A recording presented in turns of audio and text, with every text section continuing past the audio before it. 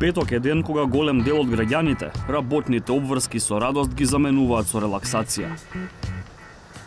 Оние од горниот дел на финансиската табела неретко таа релаксација ја бараат и надвор од државата и барем на 2-3 дена македонските ги менуваат со други топоними.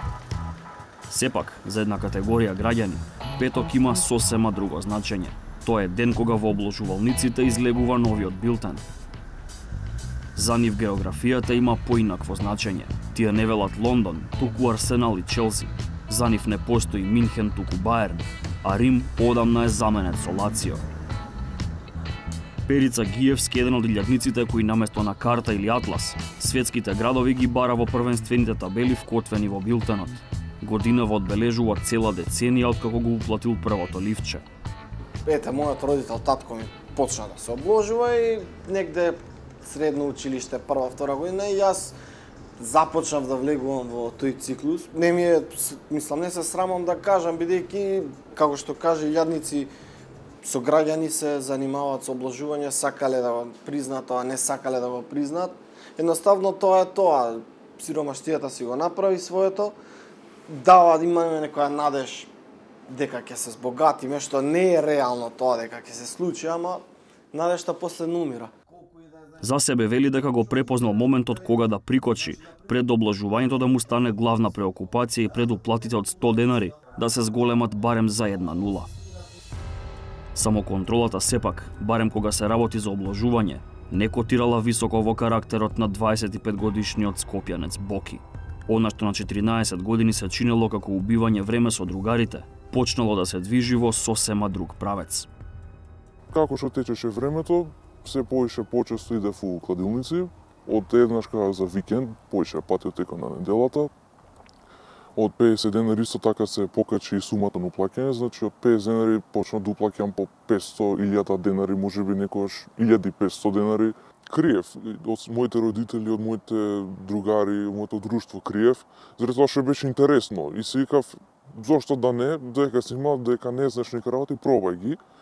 И така рекреативно почнав, знам, секој викенд по 3 или 4 ливча по 50 денари имав. И кога ќе ме праша зошто не ги потроши парите за јадење, морав да се снаоѓам, да лажам, да кажам нешто друго. Па дури се случуваше со другари кои имаше некоја битна јака утакмица, бегавме од часови, гледавме у кафич.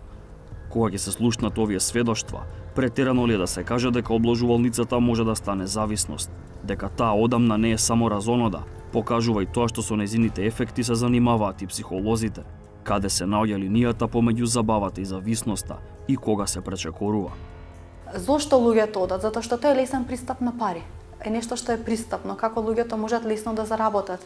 И многу интересно кога ние се впуштаме во таква активност, со тоа ние го стимулираме нашиот мозок, оној дел од мозокот кој што функционира за награда.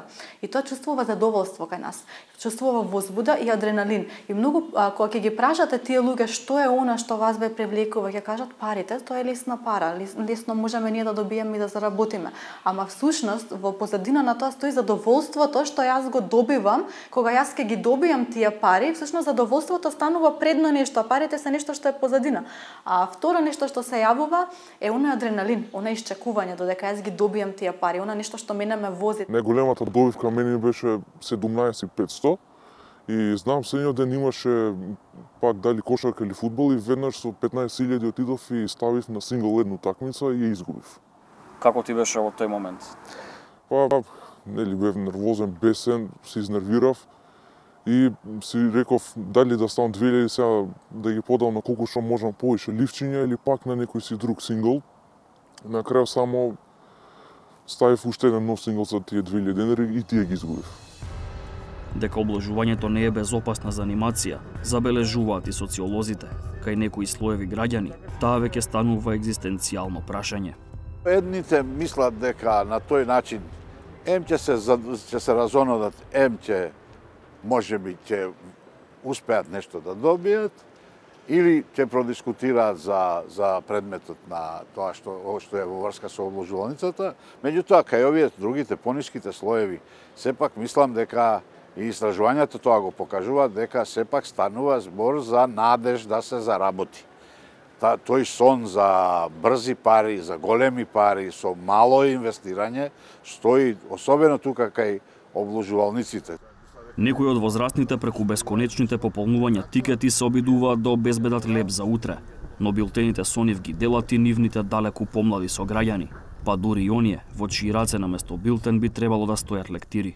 Сега се почнува од многу рани возрасти, правиме муабет од 5 до 6 оделенија. И без разлика што законот вели дека е забрането за луѓе под 18 години, не е така. Не мислам дека има некоја голема контрола во тоа кој влегува, дали се тоа малолетни лица или не се, бидејќи мислам дека тука доминира или пред се е мислата да се земат парите од джепот. Несериозниот пристап кон зависноста што може да ја предизвика обложувалницата, може да биде само прв чекор кон други пороци, предупредува психологот Стојменовиќ. Тоа е еден процес од внатре, каде што имаме вознемиреност, каде што понекогаш има несолница, каде што понекогаш има грижа на совест, каде што има едноставно тензија, што едноставно луѓето не знаат како да ја смират и како да се ослободат од нив, освен со одење на истото место. И многу често тоа е знакот првиот на дека постои зависност, секогаш се враќаат. Дури после големиот губиток на пари, утре дента се враќаат и уплаќаат или вложуваат уште поголеми пари со надеж дека ќе ги вратат и загубените.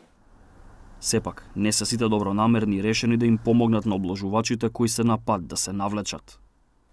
Советувачите за обложување, така наречените професионални типстери, пронашле начин како да ја искористат слабоста, па дури навлеченоста на дел од обложувачите.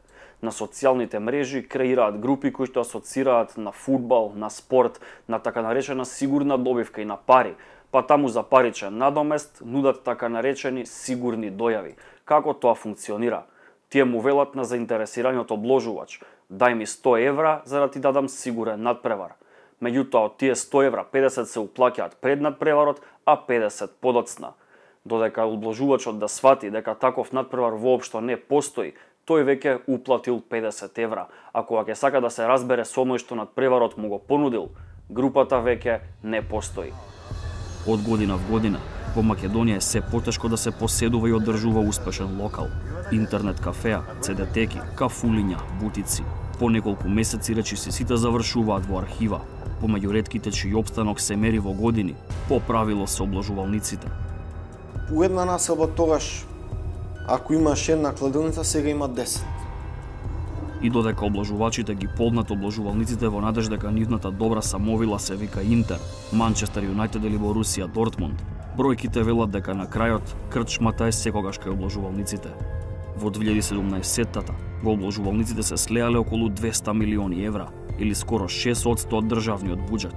Овие бројки се доста високи ако се земе предвид дека Македонија е земја каде за граѓаните секој месец е нова борба за екзистенција. И да ги добиеш тие пари, да испадне тоа ликче, ти пак продолжуваш, значи влегуваш во таа механизација кога едноставно не можеш да завршиш на крај со плюс.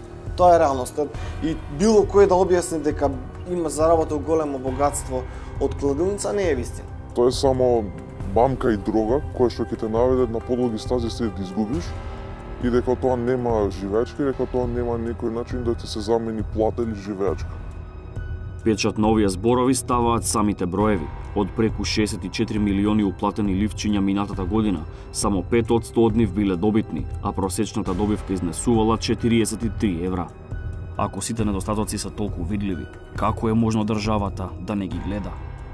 Се согласно на римска изрека пане циркум. Што ми е криза, дајте им на народот малку лепче и малку игри, за да заборави на кризата, односно за да заборави на незадоволството од конкретната политика.